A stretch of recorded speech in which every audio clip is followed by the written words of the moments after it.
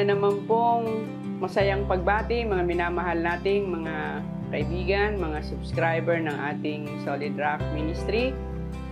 Napakadali lang po talaga ng panahon at ngayon po tayo magkakasama-sama na naman sa pag-aaral ngayong linggong ito. Nais po nating batiin ang mga tagapakinig natin at subscriber na ito.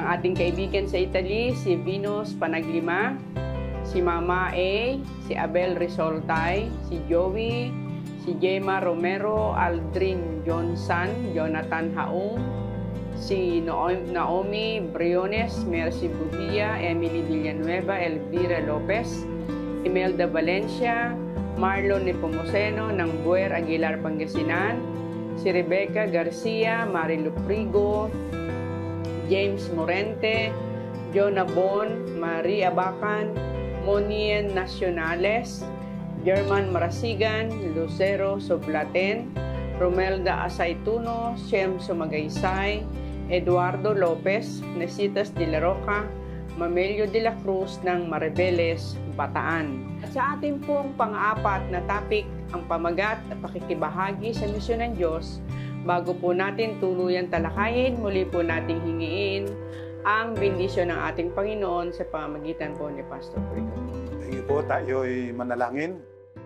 Ama po naming banal, muli na naman kaming lumalapit sa iyong banal na harapan at nagpapasalamat po kami at nagpupuri sa iyong dakilang pangalan sapagkat kami po ay iyong minamahal at patuloy na iniibig.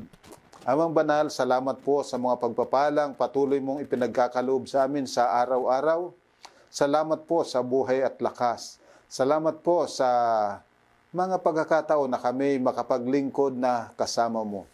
At salamat po sa pagkakataong ito na muli na naman kami mag-aaral ng iyong banal na salita upang ito po ay maibahagi namin sa aming mga kapatid at maginawang tulong upang aming higit na maunawaan ang iyong banal na pabalita at aral na ibig mong malaman ng bawat isa sa amin. Kaya mga banal, una sa lahat, hinihiling po namin ang kapatawaran sa aming mga kasalanan at mga pagkukulang at ang pamatnubay po ng banal na Espiritu upang pagkalubang kami ng karunungan at pangunawang makalangit at maamin pong makita at maunawaan ang iyong banal na salita at higit sa lahat, maisakabuhayan po namin upang ito ay maibahagi namin sa iba, hindi lang sa salita, kung hindi sa aming mga kilos at aming mga gawa. Amang banal, iyo po naman patuloy na pagpalain ang mga kapatid na ito na patuloy na sumusubaybay at nakikibahagi at nagbabahagi. Amang banal, iyo po ang pagpalain sila, ang kanilang buong tahanan, ang kanilang buong iglesia, at patuloy nawa na ang bawat isa sa amin ay maging instrumento ng iyong katwiran at kabanalan sa ngalan po ng aming Panginoong sa Jesus. Amen. Ang ating pong susing talata na makikita natin sa Juan 13:34 na sinasabi, isang bagong utos ang sa inyo ibinibigay ko na kayo'y magmahalan sa isa't isa. Kung papaanong minahal ko kayo, magmahalan din kayo sa isa't isa. Sa pamamagitan nito ay makikilala ng lahat ng mga tao na kayo'y aking mga alagad kung kayo'y may pag-ibig sa isa't isa. Si Abraham ay laging handang gamitin ng Diyos para sa kanyang misyon. Ito ay makikita natin sa kanyang mga ginawa na natala sa Genesis 18. Isang napakainit na araw, siya ay nakaupo sa may pintuan ng kanyang bahay nang kanyang makita ang tatlong patang-pata o mga pagod na manlalakbay. Ito ay kanyang tinakbong sinalubong at inanyayahang magpahinga at kumain. Matapos na kanyang matuklasan na ang Panginoon ang isa sa kasamahan at ihayag ang panukalang paggunaw sa Sodoma at Gomora, siya ay namagitan at nakiusap na baka maaari pang maligtas ang bayan. Dito ay nahayag ang tatlong katangian ni Abraham bilang misyonero ng Diyos: mapagtanggap ng panauhin, pagmamahal at pananalangin alang-alang sa kaligtasan ng iba. Ito ang mga katangian ng isang misyonero. Narito po ang mga katanungan na ating pong pag-uusapan ngayon. Number 1, ano ang napakahalagang aral na dapat nating makita at matutunan sa karanasan ni Abraham bilang misyonero ng Diyos? Pangalawa, anong dagdag na aral ang dapat nating maisakabuhayan sa karanasan ng pamamagitan ni Abraham para sa Sodoma at Gomora? Pangtatlo, ano ang kahalagahan ng panalangin ng pamamagitan para sa iba? Pang-apat, Ano ang naging bunga ng pamumuhay ni Abraham sa buhay ni Lot? At anong dapat nating matutunan bilang misyonero ng Diyos? Panglima, ano ang dakilang aral ang dapat nating matutunan sa tugon ni Abraham sa panawagan ng Panginoon? At ngayon po, balik po tayo sa question number 1. Ano ang napakahalagang aral ang dapat nating makita at matutuhan sa karanasan ni Abraham bilang misyonero ng Diyos? Sige po, atin pong titingnan sa Henesis 18, talatang 1 hanggang 8. Ang Panginoon ay nagpakita kay Abraham sa may punong insena ni Mamre habang siya nakaupo ng kainitan ang araw sa pintuan ng tolda. Itinaas niya ang kanyang paningin at nakita ang 3 lalaki na nakatayo na malapit sa kanya. Nang sila'y kanyang makita, tumakbo siya upang sila'y salubungin mula sa pintuan ng tolda at yumuko siya sa lupa. At sinabi, Panginoon ko, kung ako'y nakatagpo ng biyaya sa inyong paningin, ay hinihiling ko sa inyo na huwag mong lampasan ang iyong lingkod. Hayaan mong dalhan ko kayo rito ng kaunting tubig at maghugas kayo ng inyong mga paa at magpahinga kayo sa lilim ng kahoy. Kukuha ako ng kaunting tinapay upang magpalakas sa inyo at pagkatapos ay magpatuloy na kayo, yamang kayo'y pumarito sa inyong lingkod. Kaya't sinabi nila, gawin mo ang ayon sa iyong sinabi. Si Abraham ay nagmadaling pumunta sa tolda ni Sarah at sinabi, dali, maghanda ka ng 3 takal ng mainam na harina, masahin mo at gawing mga tinapay. At tumakbo si Abraham sa bakahan at kumuha ng isang bata at malusog na baka at ibinigay sa alipin na nagmamadaling inihanda ito. Kinuha niya ang mantikilya, gatas at ang bakang inihanda niya at inihain sa harapan nila. Sila'y tumayo sa tabi nila sa lilim ng punong kahoy, samantalang sila'y kumakain. Ayan po, nakita ni Abraham ang Panginoon. No kanyang nakikita yung 3 na pagod na mga manlalakbay, ang kanyang nakita ay ang Panginoon. Kaya siya ay tumakbo at ito ay kanyang sinalubong. Mga minamahal, alam po ninyo, malimit ang tingin natin sa isang tao ay kung ano lang yung kanyang katayuan, yung kanyang kalagayan. Beyond that, wala na tayong nakikita. Subalit si Abraham, ang nakita niya ay ang Panginoon. Hindi lang yung 3.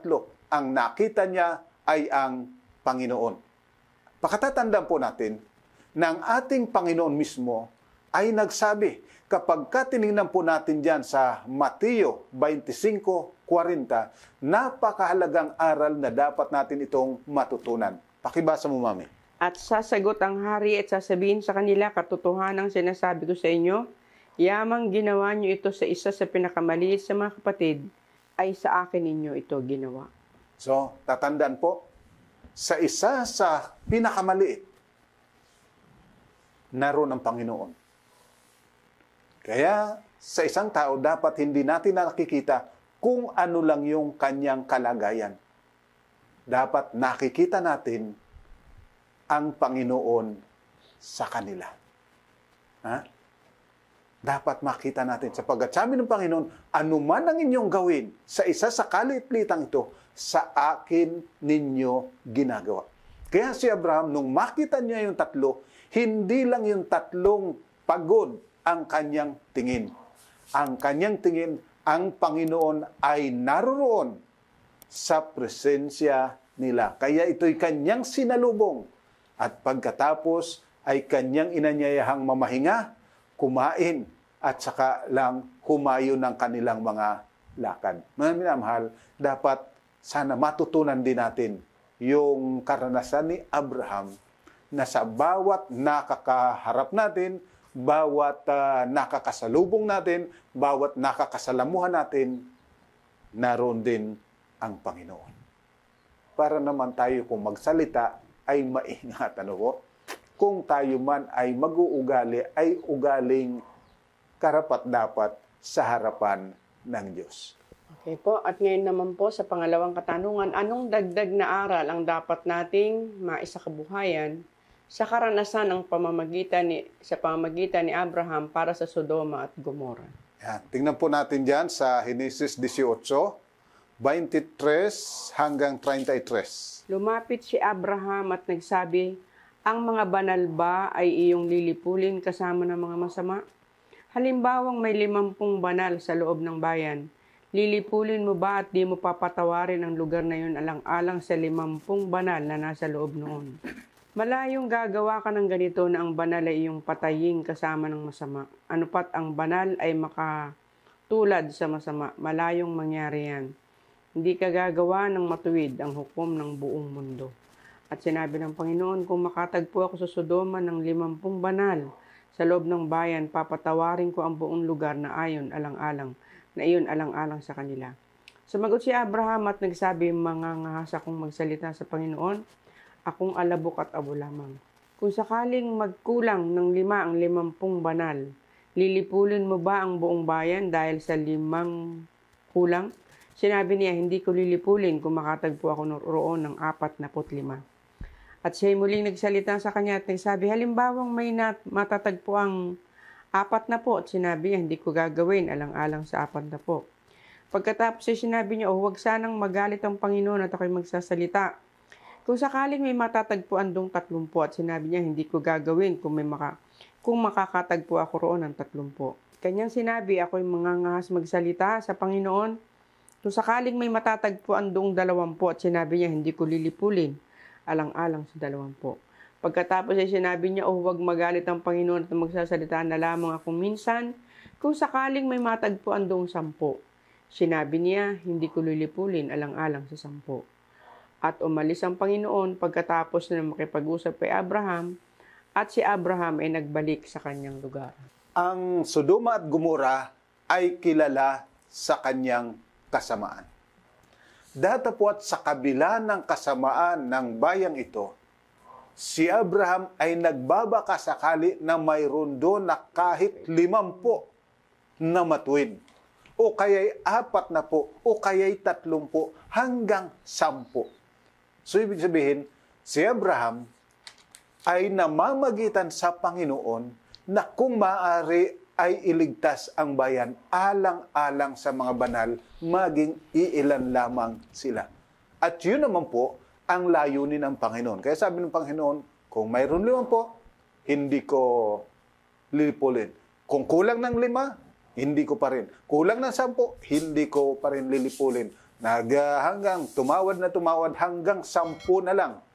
Ang sabi ng Panginoon, hindi ko lilipulin. So tatandaan po natin, sa isang lugar na napakasama sa ating tingin, hindi natin tiyak kung mayroong ilan pa na doon ay mga tapat.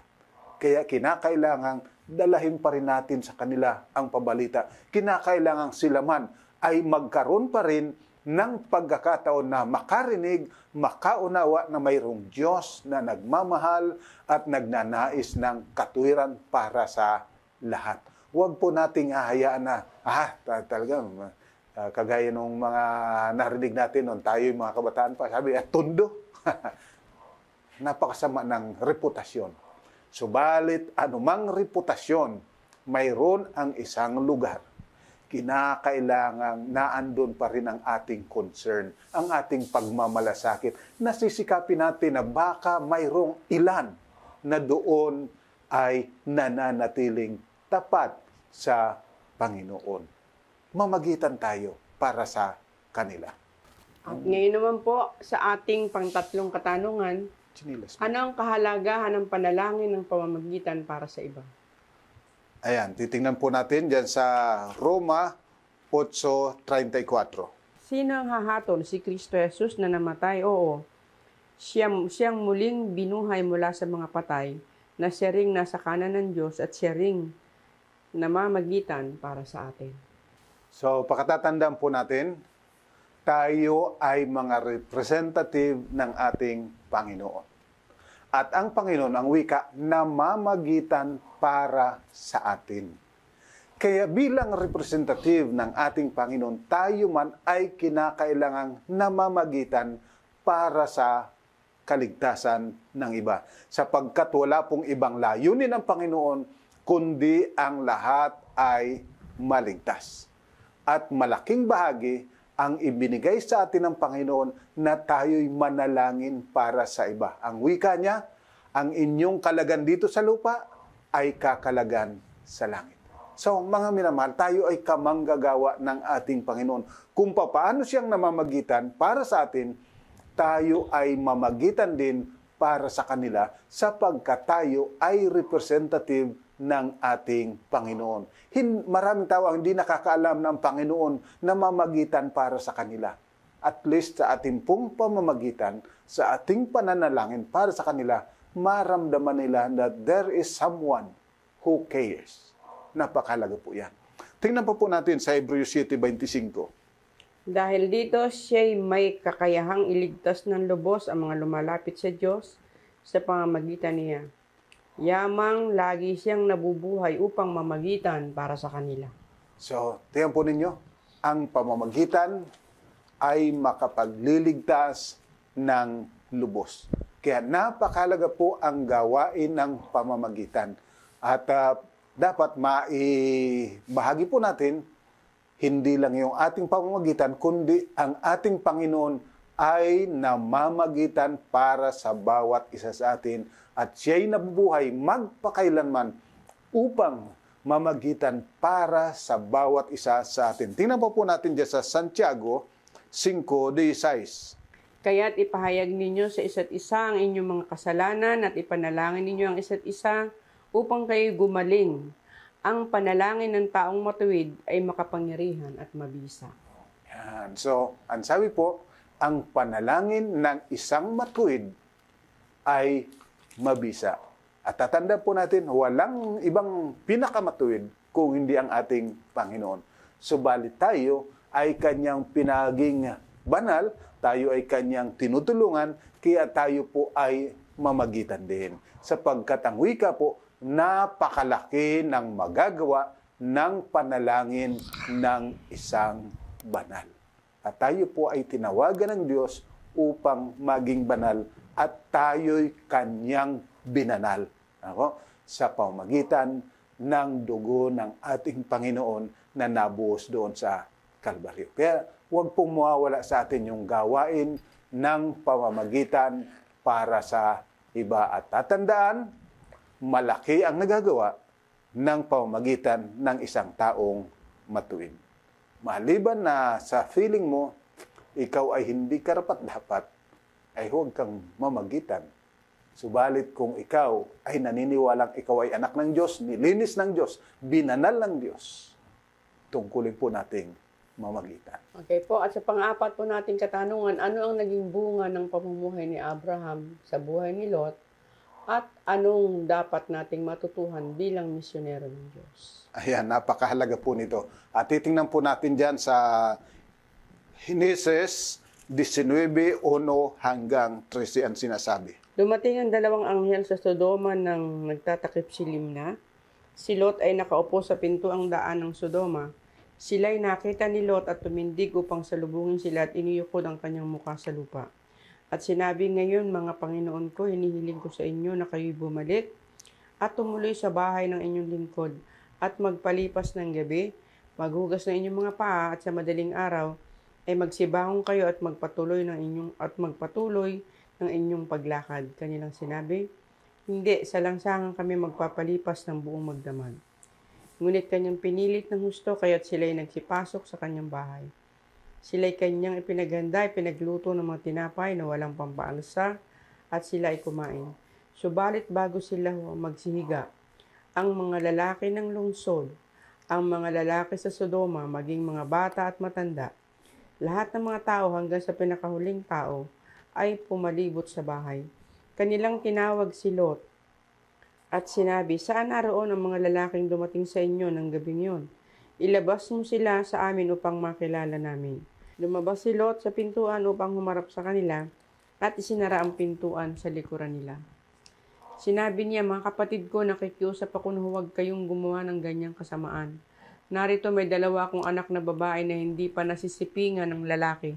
Sila'y aking ilalabas sa inyo at gawin ninyo sa kanilang ayon sa inyong nais. Huwag lamang ninyong gawa ng anuman ang mga lalaking ito, sapagkat sila'y nasa ilalim ng aking bubungan. At sinabi nila, manatili ka dyan. At sinabi pa nila, Ang taong ito'y naparito bilang dayuhan at ibig niyang maging hukom. Ngayon, gagawang ka namin ng higit na masama kaysa sa kanila, at kanilang ipinagtulakan ng lalaking si Lot at nagsilapit upang sirain ang pinto. Subalit iniunat ng mga lalaki ang kanilang mga kamay at binatak si Lot sa loob ng bahay at kanilang sinarhan ang pinto. At binulag nila ang mga taong nasa pintuan ng bahay, maging maliit o malaki ano pat hindi nila makita ang pintuan. So, makita po ninyo, una sa lahat, yung ginawa ni Lot, kahawig ng ginawa ni Abraham doon sa tatlong lalaki na kanyang nakita. Nang ito'y kanyang makita, kanya kaagad na tinakbo at ang wika, papalubog ng araw, pumasok kayo sa aking bahay, mamahinga kayo at kumain. Yun ang kanyang ginawa. Bagamat sinabi nung tatlo, hindi, kami ay hahayo sa aming lakad. Sabi na, hindi, dito kayo, sapagkat kayo dumaan dito, mahalaga na kayo'y tumuloy muna sa aking bahay. Magpahinga kayo at bukas na kayo magpatuloy ng inyong lakad. Makita po ninyo yung kabutihan ni Abraham ay siya ring naging kabutihan ni Lot pagkat sila'y matagal na nagkasama. So, malaki ang influensya. At pangalawa, dapat nating tatandaan, si Lot ay namagitan. Sabi niya, huwag ninyong gawain ang ganyang kasamang gawain. Subalit, sadyang napakatigas ng ulo ng mga tao sa Sodoma at Gomora na kanilang ipinagtulakan si Lot at ibig nilang gawin yung kanilang nais na gawin. Subalit, binulag sila nung anghel. Mga minamahal, sa ating pong pamamagitan, sa ating pong pangangaral, sa ating mga pakikipag-usap, maaaring tayo ay masasabing bigo sapagkat wala man lang nanampalataya. Sa halip, nagalit pa sa atin yung ating dinadalhan ng pabalita. Subalit pagkatatandaan po ninyo, ang katangian natin bilang misyonero ng Diyos, tayo yung tinatawag na 3 litra. P, P, H. Hindi po Philippine Publishing House. People preparing for heaven. Pangalawa, people preparing people for heaven. Yan po tayo. At ang pangatlo, people preparing people for hell. Tatanda po ninyo, yung ating pong pangangaral, yung ating paggawa, yung ating pagsusumikap, bagamat hindi magbunga ng pagkahikayat, ito po naman ay nagbubunga ng tiyak at walang pag-aatubili na kapahamakan ng mga taong ating pinaglilingkuran. So, ibig sabihin, wala kasi ang Panginoon ibig na mapahamak na hindi handa. Ibig niya, lahat ng mapahamak nakaalam ng katotohanan, subalit kanilang tinanggihan. Sapagkat hindi ibig ng Panginoon na yung walang kamuang-muang ay mapapahamak ng gayon na lamang na hindi pinaalam. Kagaya po ng bayan ng Nineveh, di po ba? Ang sabi ng Panginoon, hindi nila alam ang kaliwa at ang kanilang kanan. Ibig sabihin, sila'y mga ignorante sa katotohanan. Kaya sila gumagawa ng ganong kasamaan. So mga minamahal, tayo ay taong naghahanda para sa langit, naghahanda ng tao para sa langit, at naghahanda rin tayo ng mga tao para sa kaparusahan. Sapagkat walang paparusahan na hindi nabigyan ng pagkakataong makaalam ng katotohanan. Kaya napakahalaga po ng ating gawain. Napakahalaga po ng ating pakikisangkot sa gawain. Sapagkat kinakailangan maging handa ang lahat ng tao. Kung sa kamatayan, sa kamatayan. Kung sa buhay, sa buhay. Basta ang mahalaga, nakapagpili, nabigyan sila ng karapatang pumili. Kung pinili nila ang kapahamakan, so be it. So mga minamahal, tatandaan po natin, huwag nating iisipin na tayo ay failure sapagkat walang nahikayat. Kapag ka ikaw ay nangaral, tiyak na ikaw ay tagumpay kung ipinangaral mo ang pag-ibig ng Diyos, ang katotohanan ng Diyos. Walang failure po sa pangangaral.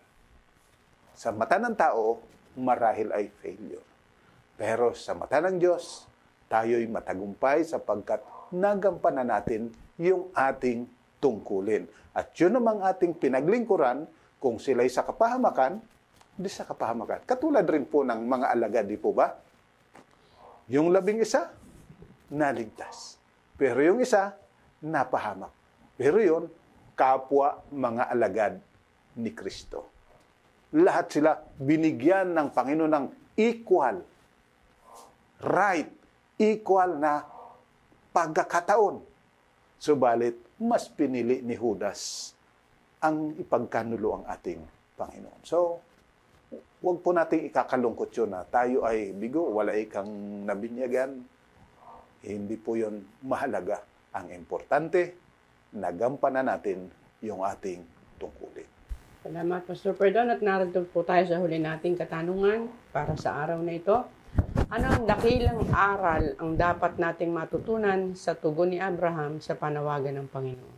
Sige, balikan natin dyan sa Genesis 12:1 hanggang 9. Sinabi ng Panginoon kay Abram, umalis ka sa iyong lupain at sa iyong mga kamag-anak, sa bahay ng iyong ama at pumunta ka sa lupain ituturo ko sa iyo. Gagawin kita isang malaking bansa, ikaw ay aking pagpapalain, gagawin kong dakila ang iyong pangalan, at ikaw ay magiging isang pagpapala.